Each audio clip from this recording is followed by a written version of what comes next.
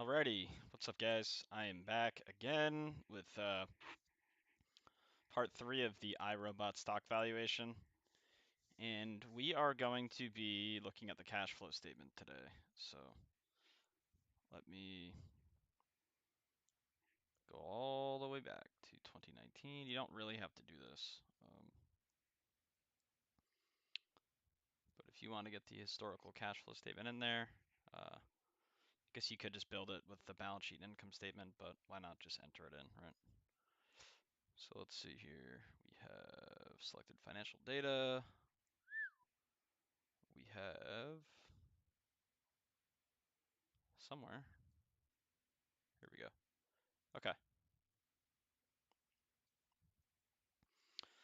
So the cash flow statement, the most important of the three financial statements, in my opinion, other than the balance sheet. Balance sheet gives you a quick overview of liquidity, the company's assets and liabilities, a really high-level overview of the company's debt profile. How much debt do they have, right? You can make calculations like book value per share. You can calculate the net cash or net debt. Company right now is in has a more debt than cash.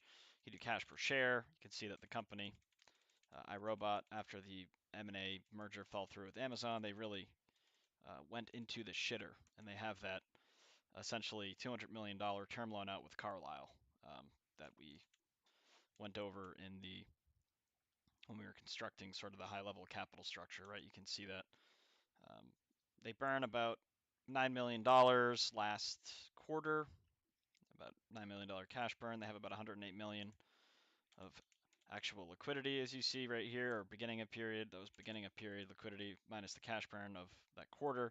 They got about $100 million in liquidity. They have been doing some secondary equity offerings, but they haven't done any recently. So they haven't added any liquidity from dilution, and they don't have any active revolvers outstanding. So they have about why don't we divide this by 4? About 3 years of liquidity, but you also have to understand that I believe the debt is due in 2027. It's due in 2026. So they're going to have to repay that principal, which they've already repaid some of it, and they have $40 million of restricted cash to put towards that principal payment and prepay it. So essentially they have, actually we'll do this. There's that restricted cash balance. Essentially they have 135 million to pay down. If they use all of their cash to do that, current cash, this cash balance does not include the restricted cash balance. We'll do this actually. This will prove our point. They still need about $36 million, right, to cover that debt expense in 2 years. So some liquidity issues for sure are going on here at iRobot. It's not really that complex, but they are going through some struggles. They do need to really restructure their debt profile, and I'm sure that they're working behind the scenes right now to do that. So private credit, I'm sure they've approached some banks. Who knows? Wherever they can source liquidity, debt liquidity at an accurate and affordable interest rate, which right now their interest rate is 13, almost 14%. So they're definitely going to look into refinancing that debt. Anyway, okay, back to the cash flow statement. I just wanted to show you guys how I look at a balance sheet and whatnot, and what kind of information you can glean from it. All right, so the cash flow statement starts with cash flow from operations. How much cash is the business losing or generating from its daily operations? Right? This always starts with net income. Net income is found on the income statement. We'll just carry this all the way over to our current period, which is Q3 of 2024. So back in 2019, fiscal year 2019, the company generated about an $85 million net profit. Okay. Now here's where it gets fun.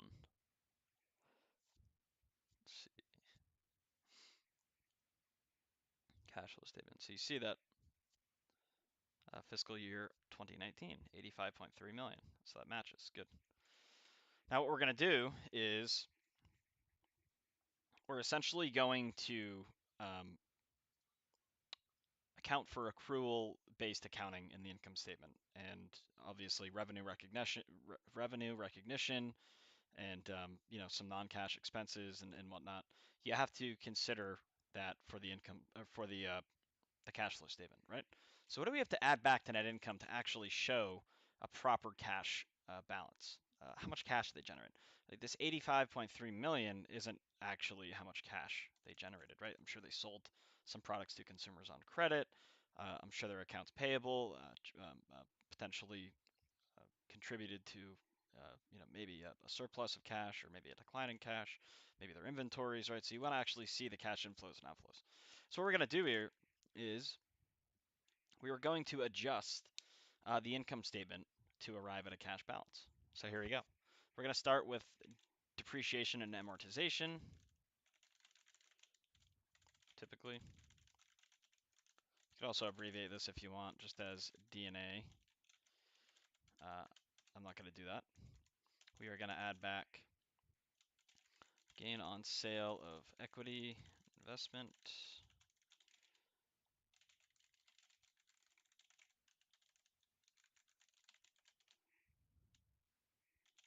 Add back stock-based comp. Now this is a stock-based compensation is not as straightforward as one would think.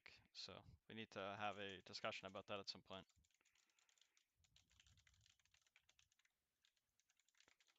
Income taxes, and then we have just this all-encompassing other bucket. And we're going to add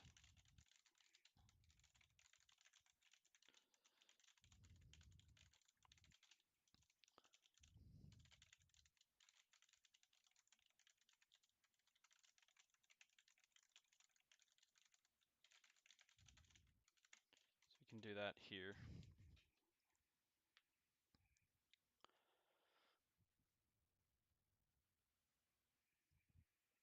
Okay.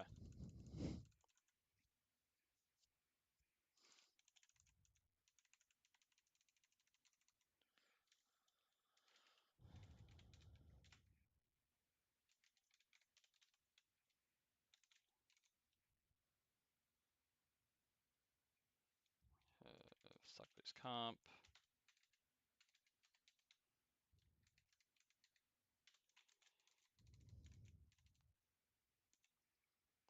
So here we go.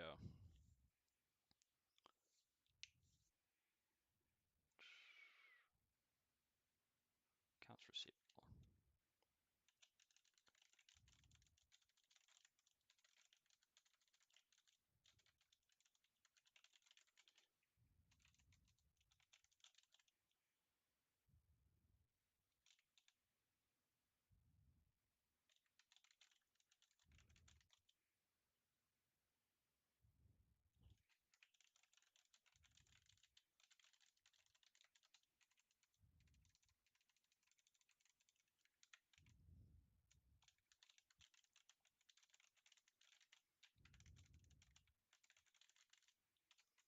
Okay.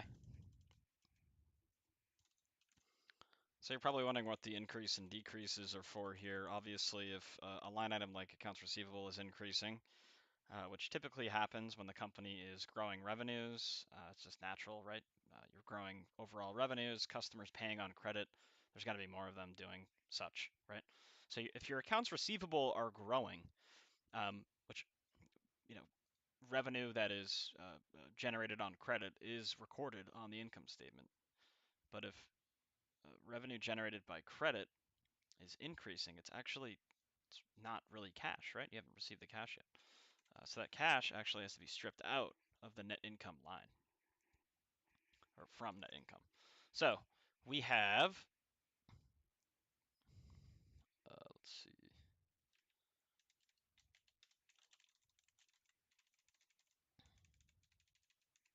inventory.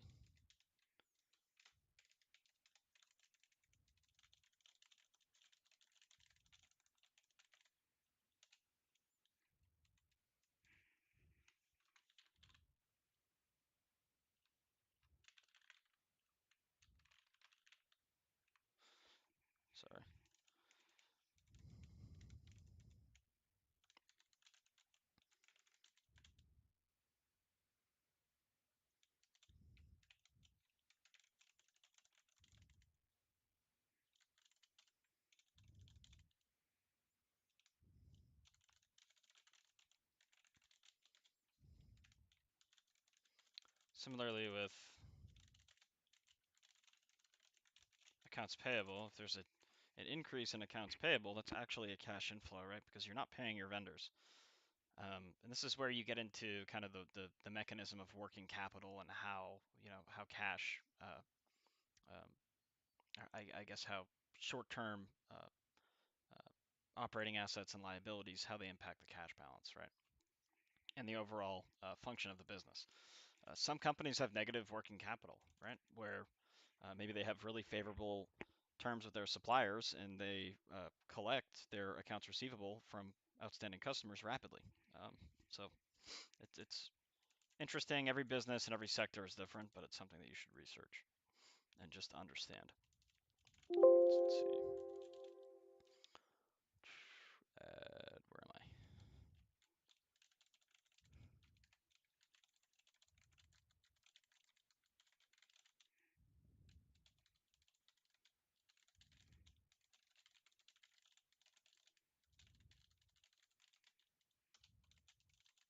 Perfect.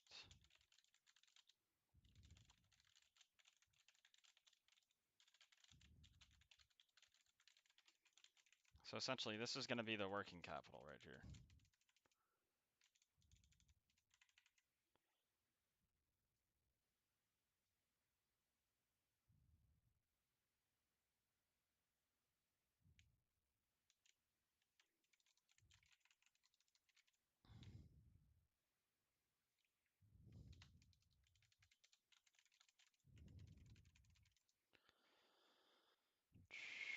We have minus 36.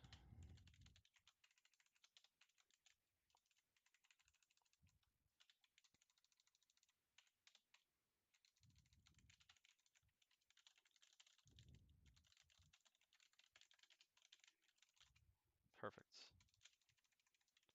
So if we did this correctly, it should sum to about 130 million. And we are spot on. Perfect. As you can see right here. So the company generated $130 million in cash flow from operations. Not bad. It's not the 85.3 million, right? That most people would think on a high level. Oh wow, they generated a net profit of 85 million. It's actually more than that. Um, so it looks like accounts receivable declined as well because they actually had a cash inflow there. And while their accounts receivable was declining, their accounts payable was also declining. Interesting. Okay. Up next, we have cash flow from investing.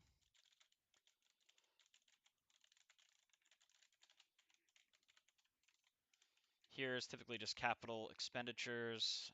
Let's see. So you can see right here, additions of property and equipment. So they're going out, they're purchasing. If this is a manufacturing company, maybe more land, more buildings, more manufacturing facilities, maybe more equipment to place in those facilities, right? You depreciate that equipment, and the equipment gets added into the net PP&E line, and obviously the depreciation, uh, all those fixed assets depreciate, right? So here we go. We can start with CapEx, I call it. So we have, let's see, which is a cash outflow. Can add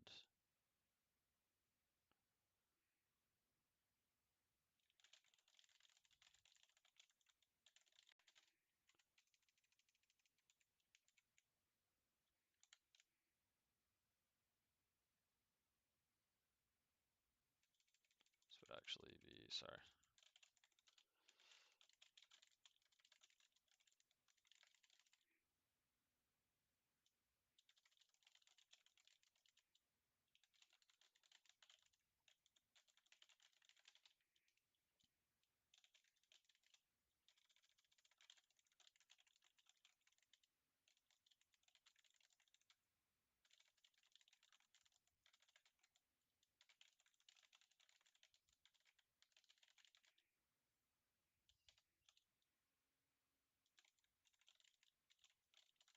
Purchase of investments. You have to love it. Wonder if we can find out what these are. Oh, this is all financing. Oh, no, it's not. Oops.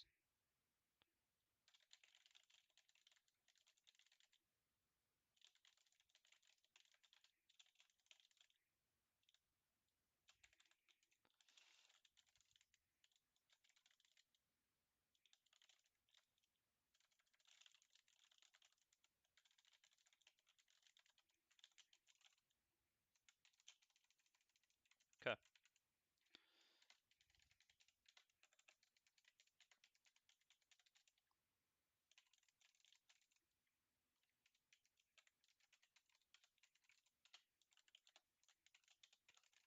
So there's a cash outflow from investing, which typically is what you expect, right? Especially from a growing company, they're going to be reinvesting a lot of this into this.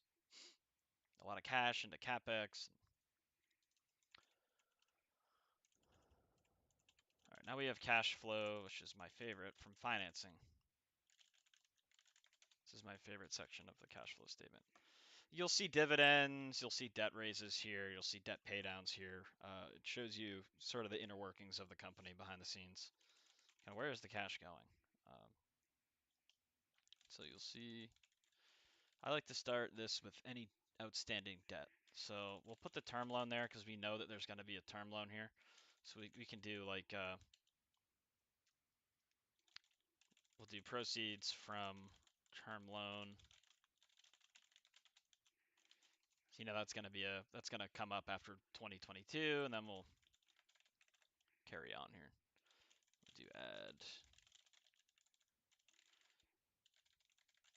proceeds from employee stock plans. I don't have to read these out. I don't know why I'm doing that.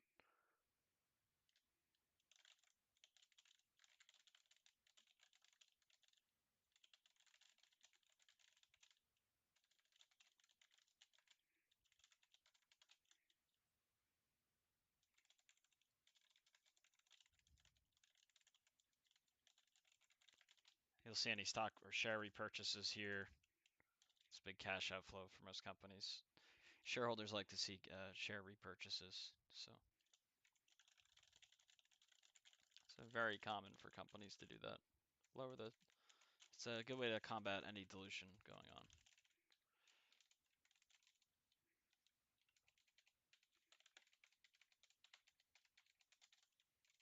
Okay, cash flow from financing, boom, 130K out. So we can do this.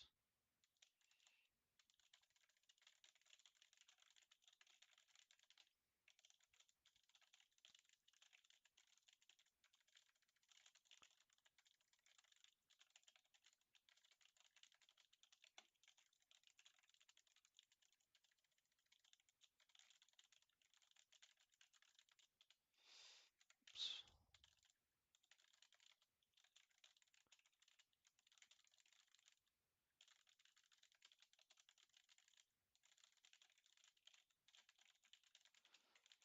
So this is a good way to keep track of cash burn and whatnot. It's really for projection purposes.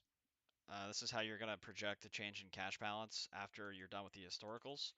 So right now, I actually leave this blank. There's no actual need for it yet. And we'll fill this so we know.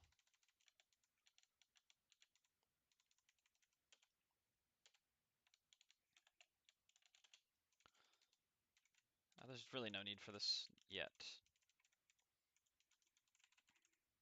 But essentially, you would take fiscal year 2018's beginning of period cash balance and then plug in the balance sheet cash balance for the end of period. And everything else would be the change, right? The difference would be the change. We don't need this yet.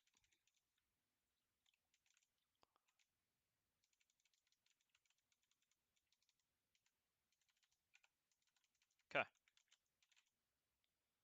That's 1 year down. We can do the next year now.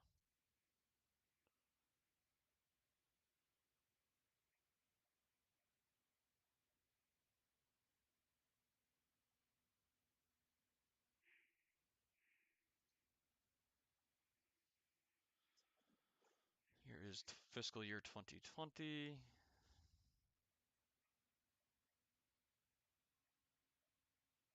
Cash flow statement is right here.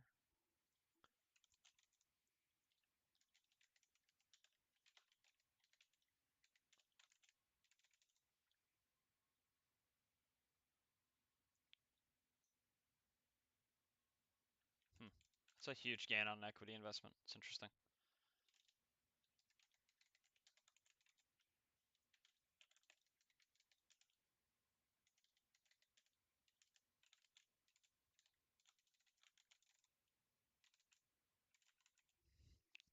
Okay.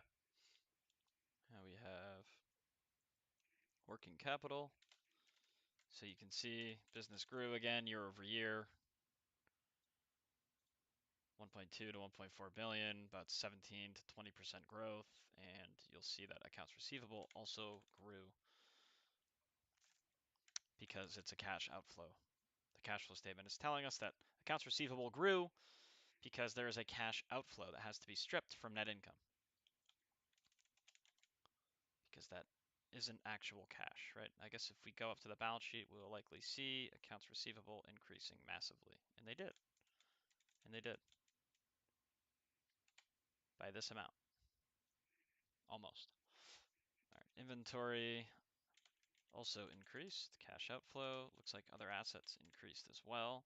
Looks like accounts payable went up as well. So this is what you want to see. This is really healthy in my mind. So you should get sort of a negative working capital again. This time even more so, even more pronounced. And we have accrued expenses and other liabilities also. It's negative.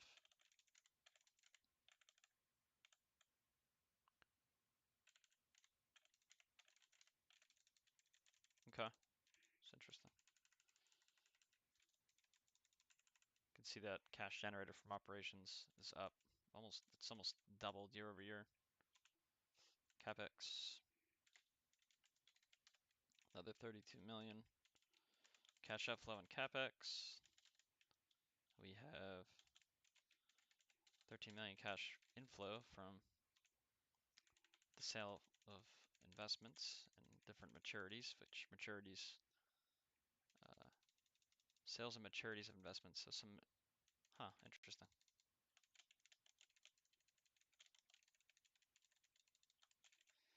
Term loan still not in play yet.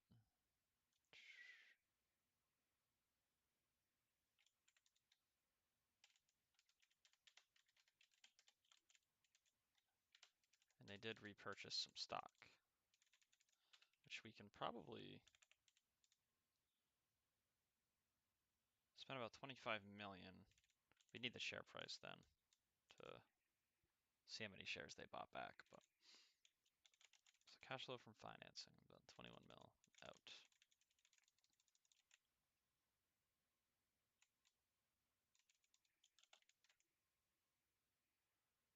On to the next year. Isn't this fun?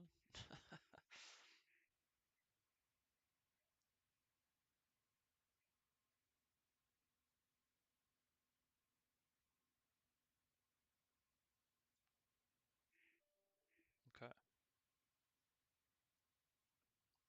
Fiscal year 2021.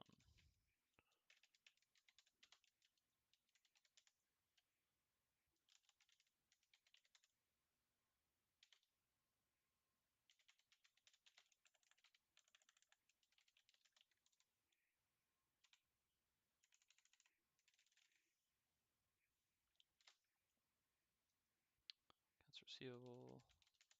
Oops. That is a lot of inventory.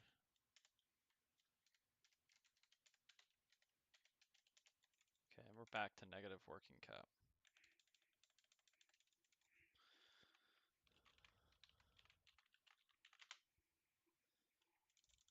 Capital expenditures.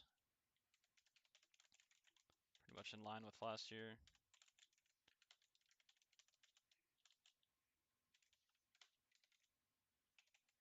All right, so what business did they acquire? Let's go look that up. Looks like they received 70 or 63 million from maturities of investments and sale of investments.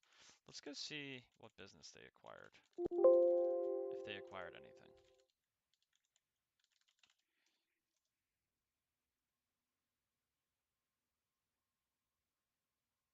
Okay.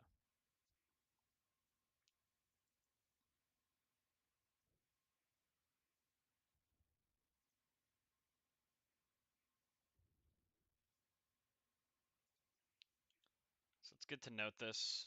I would just, on your own time, if you're looking, ever see a company that acquires a business or you see a line item here, cash paid for business acquisitions, just note, what company was acquired there. So it looks like they acquired Aeris in 2021, air purifier brand. It's interesting. What else did they acquire? Here we go.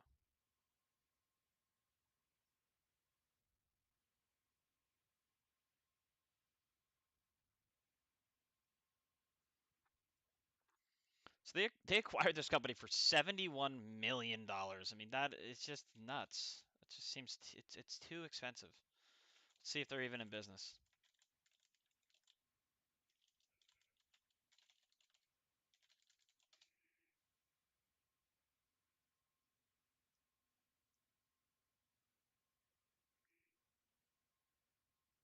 Looks like they are.